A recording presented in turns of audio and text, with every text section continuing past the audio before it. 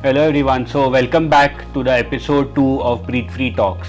So in the previous episode we had seen about diagnosis of asthma. In the current episode we'll see about management of asthma. Hello Dr. Sonam, great to have you back. Thank you. Yeah. So Dr. Sonam, speaking on asthma treatment management, so what does a asthma care plan looks like? Right. So, like any disease, there are the treatment depends on medication, and there is something that depend not on, so non-pharmacological treatment, what we call it. So, like anything, a healthy diet, good exercise, being in the correct weight range, all this is important. Now, coming to pharmacological treatment of asthma, it's very important to understand what are the goals of asthma treatment. So the first step is that we want to make sure that the patients are doing okay. So they are symptom free, they are able to do their routine activities. Because of their asthma symptoms, there should be nothing that they cannot do. So that is one aspect of your current treatment. And the second aspect is to make sure that there are no long-term complications. As a person grows old with asthma, there should not be any permanent damage in the lung. They should not have exacerbation that make them go to the hospital. There should not be exacerbation which makes them on take tablets or steroid tablets, which comes with its own side effects. So prevention of exacerbation and management of exacerbation is the second important thing. And lastly, it is also important to do all of this while we minimize the side effect of the asthma treatment. So we put them on the minimum required dose and sort of re-evaluate whether they still need this level of treatment or not. So this is what complies of asthma treatment.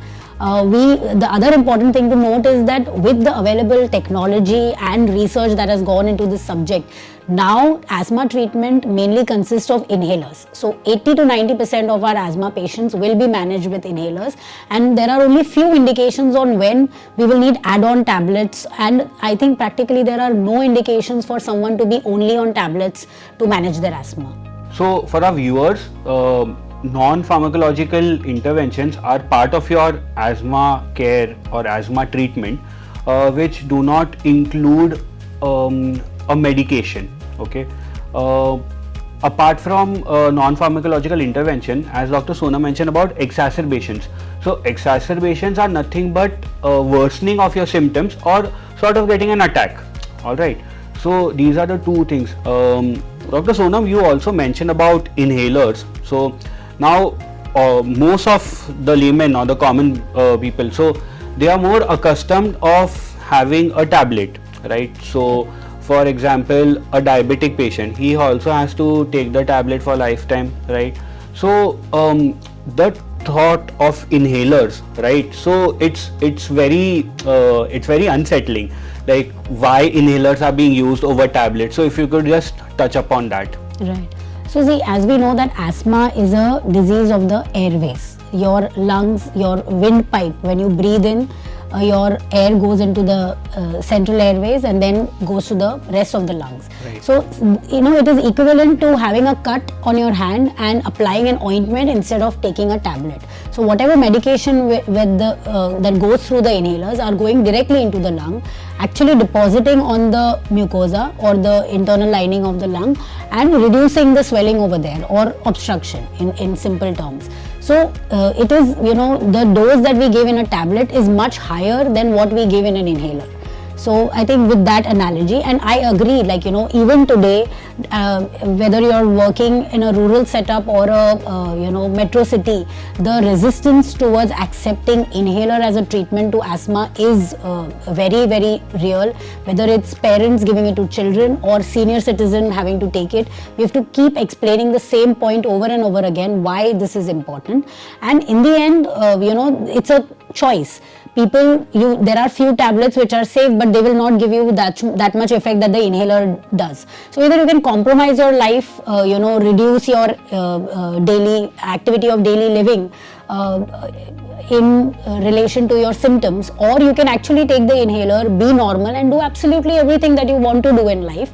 And I think that's what is important to understand here. Right. So I do understand that using an inhaler has lot of benefits over traditional therapy tablet form of using a tablet. So right from say side effects to exposing your body to more amount of drugs in case of a tablet compared to an inhaler. It's a localized action, so right, how we use an ointment or put an eye drop or a ear drop. Exactly. Yeah, so I think now the viewers would also understand that inhalers are better compared to using tablets with respect to all respiratory illness like asthma and COPD and all those things. And the other thing I want to add is that inhalers, it's for patients, it's inhalers. But in that also there are doses. So with the severity of the disease, we give a particular dose. When the patient is better, we come down on the dose. Someone can be on daily inhaler and then go back to taking it as and when needed. So all these permutation, it's a completely different therapeutic science altogether, and inhaler is not a very broad term and one solution for everything. In that also there are lots of things that we have to moderate while treating asthma patients. Right, thanks. So I think the viewers would now be more informative about, and I think they would receive inhaler therapy also pretty well. We should hope Yeah. so. So Dr. Sonam, you also mentioned about taking inhalers, right? So in your practice, have you seen patients taking inhaler regularly? Has the acceptance of taking inhaler on a daily basis? So could you just elaborate on that? So once you've crossed the first hurdle of explaining or diagnosing and explaining the patient why the inhaler is required, the second resistance comes, or the second immediate question is for how long. So we do see this resistance where patients want to know for how long they need to be on it. So what we really need to understand is that if you have a moderate to severe asthma, based on all the history, characteristics of the spirometry, symptoms, etc., then for a while you do need to be on regular inhaled medication. We call it controller therapy. And once you are stable, then we can start stepping down treatment, reduce the dose of inhaler. Again, on the next follow-up, if you're okay, we can, and if you don't have exacerbation, if your asthma becomes mild or you have intermittent symptoms, we can then go down to needing the inhaler as and when required also. So, but this is a continuous process where you need to be on regular follow-up. You need to be on, a fixed dose of the inhaler to then step down.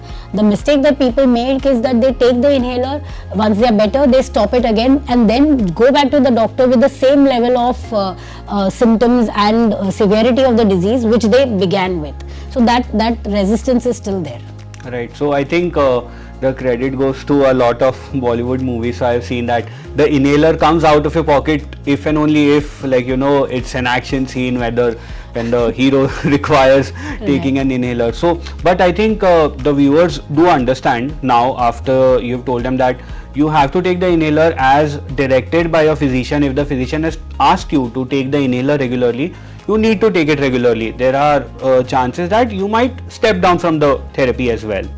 So Dr. Sonam, I've read some articles where they mention about non-acceptance. So there are people who do not want to take any asthma medications, mild to severe patients. So what about them? How would their condition progress if they don't take their asthma medications?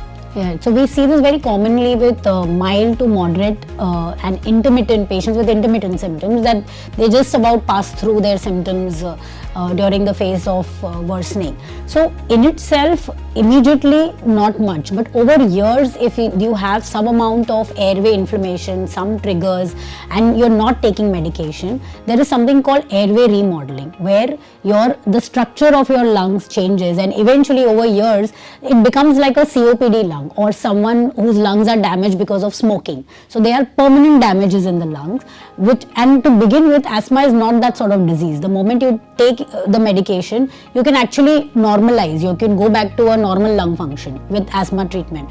But with chronic non-compliance, we see the airway remodeling, and after that point the severity is so much that even with complete medication, and sometimes they need to be on really heavy doses of steroids, and still their symptoms are not completely controlled, which would not be the case if they were adherent to the treatment to begin with.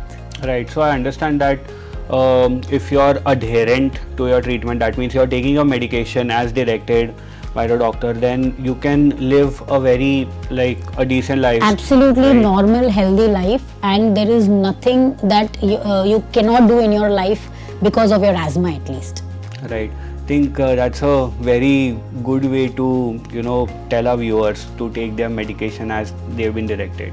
So also building about what you mentioned about Bollywood movies and those scenes where Yeah. people are frantically grasping the inhaler. I would like to add that of course those are modified for dramatic purposes, but what they talk about is rescue inhaler, where that inhaler is required at that particular moment because there is a severity there is a sudden onset symptoms. But in real life, if someone is on their controller inhaler regularly, taking it as directed in the correct dose, we will not find such episodes where you're dying, where someone will die if they don't take that rescue inhaler at that time. So I think people should not derive from what they see in movies. It's modified for entertainment purpose, but that is not the case in real life. Right. So I think what she tries to say is that you should take your medicines on time and do not always connect to movies. So this we came to the final part of the episode 2. We covered about asthma care plan. We covered about myths about inhalation therapy. In the next episode, we'll dive into practical aspects about asthma. So stay tuned for that. Thank you.